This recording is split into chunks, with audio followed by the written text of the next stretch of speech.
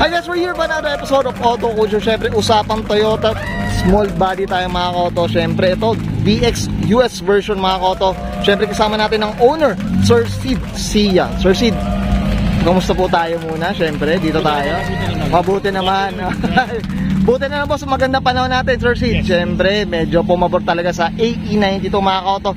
Sir Sid, syempre, very curious sa mga kauto natin. Paano ba kayo nagsimula sa pagkukotse, Sir Sid? Sige po. Well, nung estudyante ako back in the late 80s, ang unang binili sa akin kotse ng magulang ko nun was 1973 Toyota Corolla KE25. Okay. So kung medyo bata natin mga viewers, yun yung tinatawag na Sprinter na two-door. Okay. So from right then and there, back in the day, ano siya eh, parang talagang sought after cars siya, sineset up, karera, restore. So doon nagsimula yung hilig natin sa kotse. Kung ba nasa Toyota side talaga? Tama ba, Sir Sid? Yes, yan, no? Hanggang ngayon, I'm sure ito Toyota pa rin to, Sir Sid. Sir Sid, syempre ako, excited na ako dito sa Auto Culture. Kailangan makita natin interior, exterior, tsaka engine bay. Okay lang, boss? Oh, sure. Palaban hindi nga lang gano'ng kalinis. Ito, medyo nabigla lang natin, Sir Sid. So, syempre, ito, guys, so ako, excited na ako. So, tara, check na natin. Okay?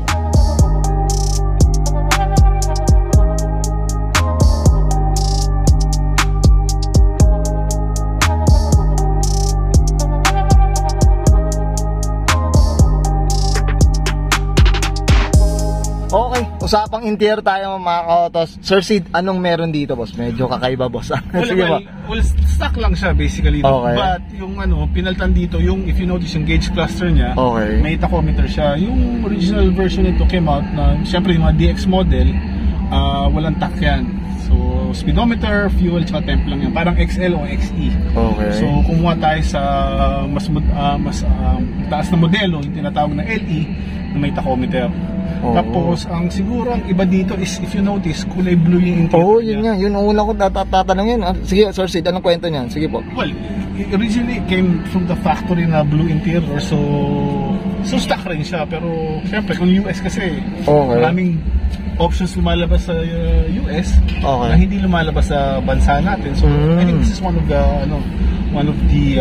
options na lumabas sa ibang bansa na wala dito sa atin.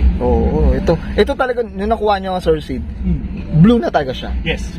Kumbaga, pinasariwa na ano ba? Ano lang to, the previous owner, shoutout nga pala sa aking kaibigan na si Chuck. Okay. Well kept naman yung kotse. Yung kotse. Mga ka-auto. Flex lang natin, Sir Sid. Ansin, mga ka-auto, yung di ba siyempre pag yung mga dashboard na bumibiyak na yung mga ganyan, pag yung talagang no? Actually, dito lang kalumaan yan. Actually, may mga biyak-biyak na itong dashboard natin. Hindi lang halata dahil may mga kalakal lang kasi tayo nakapatong dyan. Yan. Sige, siyempre. Flex lang natin, Sir Sid, dito sa likod para makitaan yung mga auto. Yan, no? Nasa wagon tayo mga auto. Medyo nowadays, marami nagbubuo ng ganito. Okay. Sir Sid, ito medyo may may stereo na rin sila dito. Yung mga pa-atis. Pang biyahe, mga ganun, boss, no? Okay. Sir Sid, okay na tayo sa interior? Sa likod siguro po. Sige. So, check naman natin yung likod, boss. Okay na? So, tara.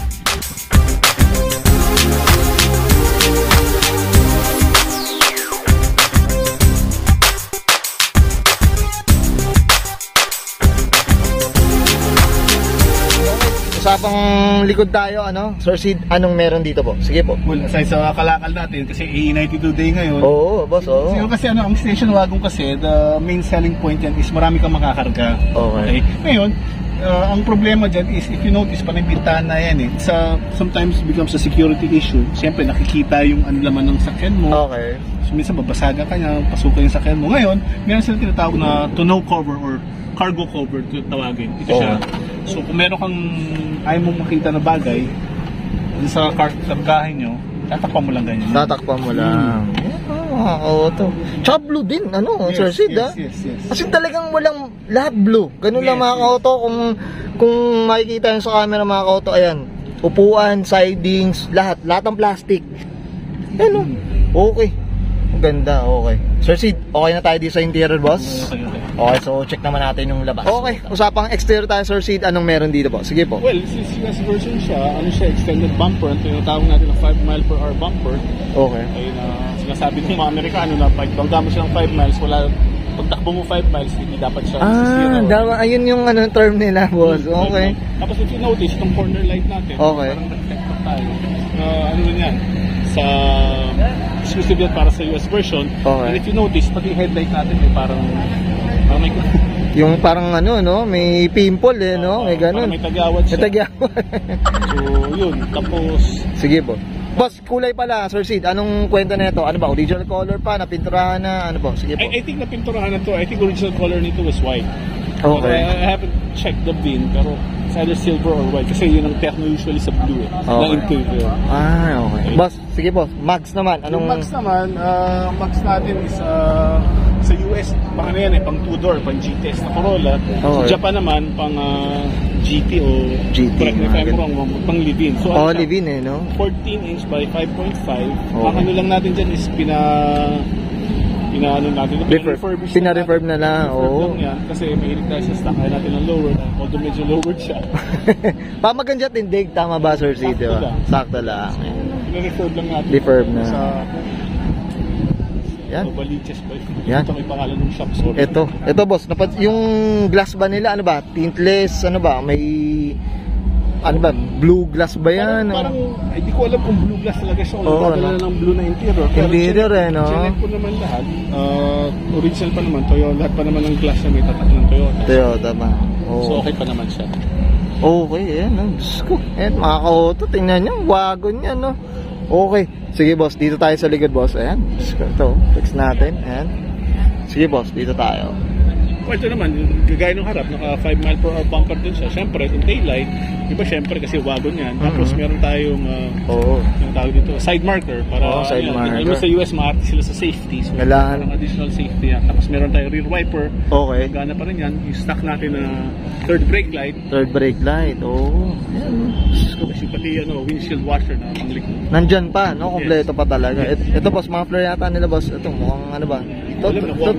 Toyota pa, mga ka-auto. Toyota pa. Ayan, mga ka-auto. Flex lang natin yan. Okay. Yan. Okay. Sir Sid, okay na tayo sa exterior. Usapang makina tayo. So, tara, check. Anong kwento dito, Sir Sid? Sige po. Well, nakuha ko siya ganito na. No? From the previous owner na did the engine transplant. Normally kasi ano to eh. Originally, I think this came with a 4AFE engine. Okay. Pero injected siya. Tsaka automatic dati to eh. So, the previous owner, convert na 20 valves to silver top with a black top box. So ito boss, kumbaga, ano ba, may top speed na ba kayo dito? Na-testing nyo na ba? Ano? Kumbaga ito, pantakbong pogi lang din talaga, Sir Sid. Ano naman tayo, may ingit lang tayo. Konting apak lang tayo. Mga 6,000, 7,000. Pwede na. Oh. Walang sagaran. Ayan o, mga ka-auto. Tsaka ito naka-ITV na. Tama ba, Sir Sid, diba? Yes. ITV na. So, ibang humagok to, mga ka-auto. Yung kagandahan dito. Ito is, black top siya. Tama po ba? O silver top? Silver top na. Silver top. Black top box. Ay, okay. Yun yung niya. Yun yung catch na. Okay. Sir Sid, okay na tayo dito sa makina? Yes. Okay na. So, yan. Thank you. Okay, and guys, nakita natin interior, exterior, tsaka engine bay. Siyempre, usapang tayo. DX US version, mga ka-auto. Dito kay kasama natin Sir Sid. Siya. Sir Sid, siyempre, dito sa Auto Culture, di mawala tayo. Shoutout tayo, boss. Sige po, go po. Sige, shoutout tayo. First off, nag-restore ng tawag dyan Diamond Cut. Okay.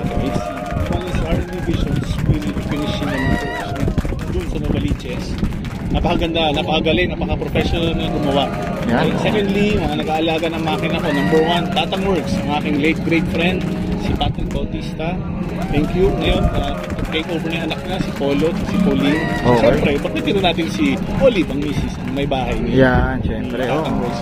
Sa mga supplier natin is Ichiban Motor Parts. Ang mag-asawa, si Pablo at Ato. Si Pablo ko at si Irene ko. Tagal na natin kilala yan since late 80s pa. So, supplier din natin yan. Isa pang kaibigan natin sa pagkukotse ay si Phil Golfin ng Gulfspeed Toyota na high school pa nga ako, kilala ko na yan. So yun ang mga tumutulong sa atin. Yeah? At saka syempre, yung dati may-ari, Chuck. Pangalan niya si Chuck. Okay. Nabili ko sa kanya. It was very well kept. Thank you, Chuck. Ito na yung kotse mo ngayon. Alam ko, BM hilig mo. Pero wala mo itong Toyota. Buti na lang. Pero ikaw na kinabang boss. Tama. Yan. Siyempre, shoutout tayo dyan sa yung unang owner. Okay. Sir Sid, okay na po? Thank you. Okay, so guys, susbahin ko na. And Sir Sid, siya pa sa kanya 1990 Toyota Corolla DX. Usapang US version, mga ka-auto. And this is Auto Culture.